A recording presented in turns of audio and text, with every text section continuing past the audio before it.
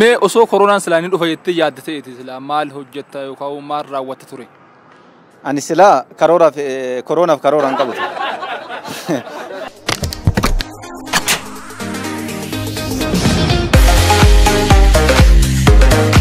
Sila lubbuu kiyyaa qulqulleessee addunyaan tanallee qulqullaa jedhee dhaamsa karaa Rabbii deebi'aa jedhee dhaama ture.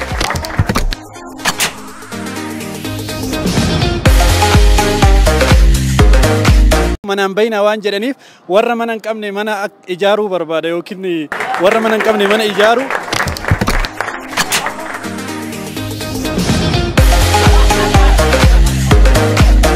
Wanni ani wajjin ture osoo inni dhufaan kan beeku ta'e bosona Oromiyaa keessa deemee qoricha barbaade uummata kanaaf dawaa akka dawaatitti waan ta'u wayii gumaachaaf ture.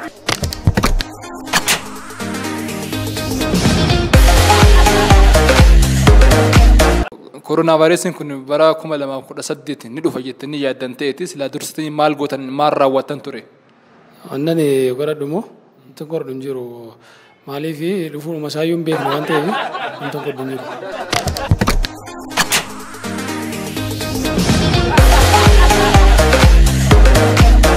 Mee amma dura ati hanga koronaan dhufe kana koronaadhaan qabame jettee shakkitee beektaa? Takka osoo hin shakkine bulee beeku.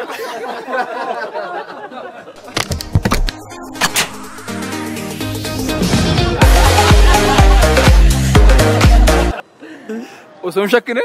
Bulee hin beeku. Bulum oolu. Irra guddaa halkan dhayaachi.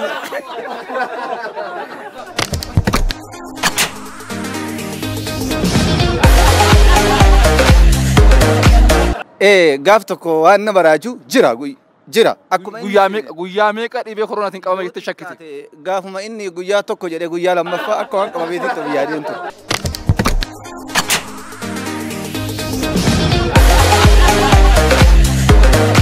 Ana akka waan abjuunnatti dhufee na ukkaamse koronaan qabamtee naan jedhe. Astagfirullaa jedhee ol ka'ee haga guyyaa 14 keessatti beekama jedhee haga guyyaa 14 of shakkaan ture.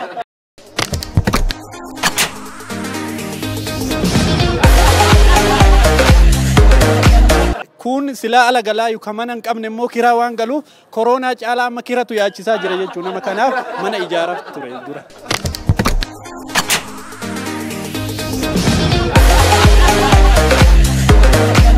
Yeroo sana osoo biyyan seeninu koronaan nama hunda dura ana seene.